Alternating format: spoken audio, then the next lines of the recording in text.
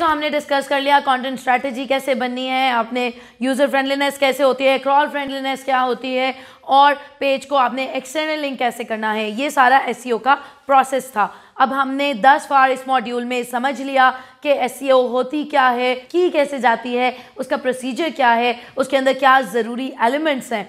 अब हम बात करेंगे कंटेंट टिप्स और ट्रिक्स की, यानी कि एक अच्छा कंटेंट क्रिएट करने के लिए आपको क्या चीज़ों की ज़रूरत होती है। सबसे पहले तो ये बात समझनी ज़रूरी है कि अच्छा कंटेंट वो होता है जो यूज़र को सेटिस्फाई कर सकता हो, जो वैल्यू देता हो यूज़र को, कोई ऐसी बात आप उसको बता रहे हो जो असल में उसकी हेल्प करती हो। हम शुरू करते हैं। नंबर 1 पॉइंट है हमारे पास कि ये मत समझें कि रिटन कंटेंट ही सिर्फ कंटेंट होता है, सिर्फ टेक्स्ट कंटेंट नहीं होता। ब्लॉग पोस्ट आपने लिखी, फाइन, लेकिन आप इन्फोग्राफिक भी बना सकते हैं, आप एक अच्छा सा जिफ भी क्रिएट कर सकते हैं। जिफ की इंगेजमेंट एक ब्लॉग पोस्ट के मुकाबले में बहुत ज़्यादा है। आप कोई छोटी सी वीडियो शूट कर सकते हैं, आप कोई इन्फोग्राफिक क्रिएट कर सकते हैं। मल्टीपल तरीके हैं कंटेंट को क्रिएट करने के। आपने एक के साथ स्टिक नहीं करना, डाइवर्स चीज़ें इस्तेमाल करें। मैं ये भी नहीं आपको कह रही कि एक कैलेंडर बनाएं उसके साथ स्टिक करें, इट्स ऑल राइट अगर आप कैलेंडर के बगैर भी काम करें, लेकिन हाई क्वालिटी होना चाहिए कंटेंट। फॉर एग्जाम्पल हम नील पटेल की अगर मिसाल लेते हैं तो वो 4000 वर्ड्स का एक ब्लॉग पोस्ट लिखता है, चाहे वो महीने में एक दफ़ा लिखे, लेकिन उसका ब्लॉग पोस्ट काम करता है क्योंकि उसमें उसने वैल्यूएबल कंटेंट दिया होता है। ये लाजमी नहीं है कि आपने हफ्ते में 2 दफ़ा ब्लॉग लिखना ही लिखना है, हफ्ते में 2 वीडियोस करने ही करने हैं, पॉडकास्ट करना ही करना है। नो, कोई भी ज़रूरत नहीं है। कितने ऐसे प्लेटफॉर्म्स हैं जो पूरे साल में 1 या 2 पोस्ट क्रिएट करते हैं, लेकिन उनकी पोस्ट इतनी हाई क्वालिटी होती है, इतनी वेल रिसर्च्ड होती है, इतनी वेल कंपोज्ड होती है कि वो ऑडियंस को इनकरेज करती है मज़ीद पढ़ने के लिए, मज़ीद जानने के लिए, उनकी समझ में आता है, उनको सोल्यूशन देती है। तो आपने भी यही अप्रोच रखना है। रिमेंबर, हमेशा क्वालिटी मैटर करती है, क्वांटिटी मैटर नहीं करती। नंबर 2 पे हमारे पास चीज़ है, वही इन्फोग्राफिक वाली हमने डिस्कस कर ली। नंबर 3 पे है कि आपने सर्चर की जो इंटेंट है, जो उसका मकसद है आपकी सर्च करने के लिए, उसको जहन में ज़रूर रखना है। अगर यूज़र ये सर्च कर रहा है कि 10 tips to have a fair complexion, तो उसकी इंटेंट क्या है कि वो गोरा होना चाहता है, सही है। तो आपने उसकी इंटेंट को दिमाग में रखते हुए उसको टिप्स देनी है, वही टिप्स देनी है जो असल में उसके लिए काम करेंगी, जो असल में उसको गोरा कर सकती हैं।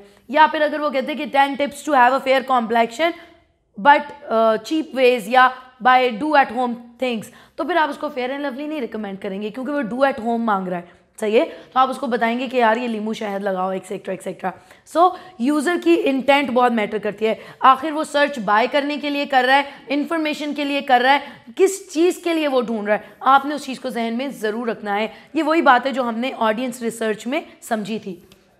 नंबर 4, आप क्या किसी को ब्रॉड इंफॉर्मेशन दे रहे हैं। कभी कभी ऐसा होता है कि कोई आपका टॉपिक, आपकी नीश ऐसी होती है कि ऑडियंस को उसके बारे में कुछ भी नहीं पता होता।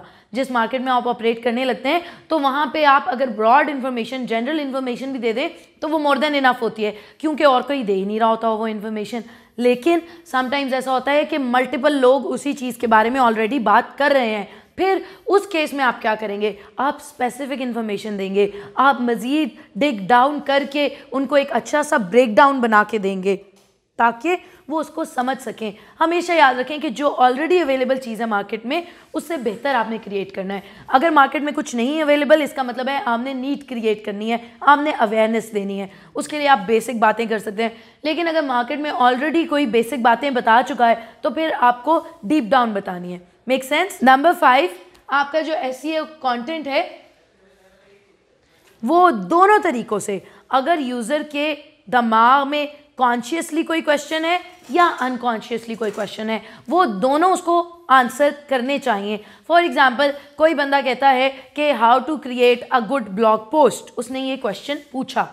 अब उसने ये तो पूछ लिया, हो सकता है उसके दिमाग में हो कि लेंथ क्या होनी चाहिए, उसके दिमाग में हो कि हेडिंग्स कितनी इस्तेमाल होनी चाहिए। आपने बता दिया जी कि लेंथ मैटर नहीं करती, बेशक आप 500 का बनाएं, बेशक 5000 का बनाएं, लेकिन ये है कि क्वालिटी होनी चाहिए, वेल डिस्क्राइब्ड होना चाहिए एक्सटर्नल, लेकिन मे बी उसने एक्सटर्नल लिंकिंग के बारे में पूछा ही नहीं था, लेकिन अनकॉन्शियसली वो उसके बारे में भी जानना चाहता है, तो आपने एक्सटर्नल लिंकिंग का भी बता दिया। आपने ये भी बता दिया कि हाई रेज इमेजेस यूज़ करें, अपने खुद के शूट किए हुए इमेजेस यूज़ करें। सो जो इन्फॉर्मेशन उसने मांगी है या नहीं मांगी, मगर उसको ज़रूरत है, आपने वो सारी इन्फॉर्मेशन देनी है, रिगार्डलेस ऑफ कि उसको पता है या नहीं। हमारे यहाँ लोकल मार्केट में, पाकिस्तान की बात कर रही हूँ, लोगों का एक कॉमन अप्रोच होता है कि जो जितना सवाल पूछता है उसको उतना जवाब दे देते हैं, जैसा मुंह वैसी चपेट, और बड़े खुश हो जाते हैं कि जी that's it. But that's not the वे।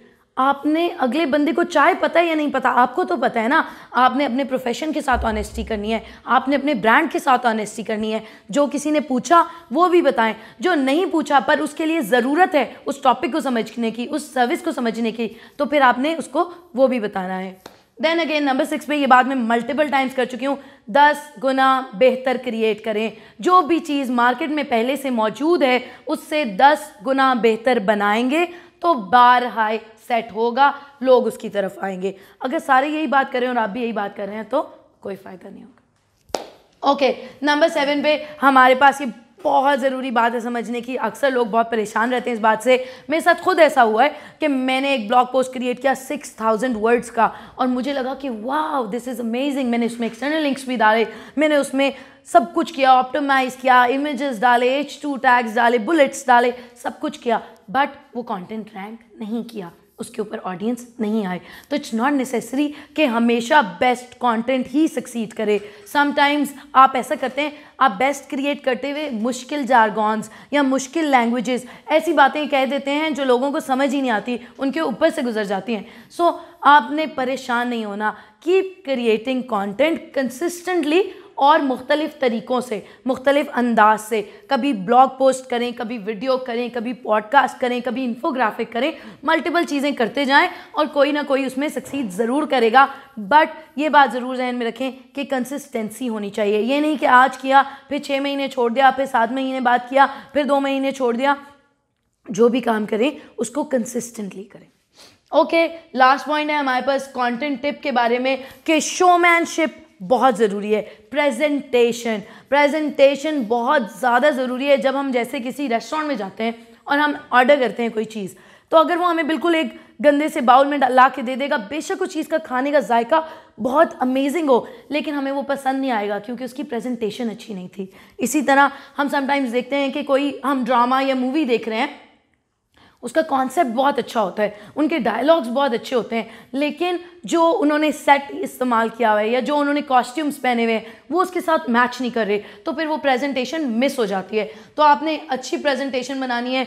अगर मैं आपको बिल्कुल भी नहीं रोक रही इस बात से कि आप उसको कंपेलिंग या एक्साइटिंग बनाने के लिए बिल्कुल एक फॉर्मल टोन हमेशा अडॉप्ट करें। No, you can be non formal.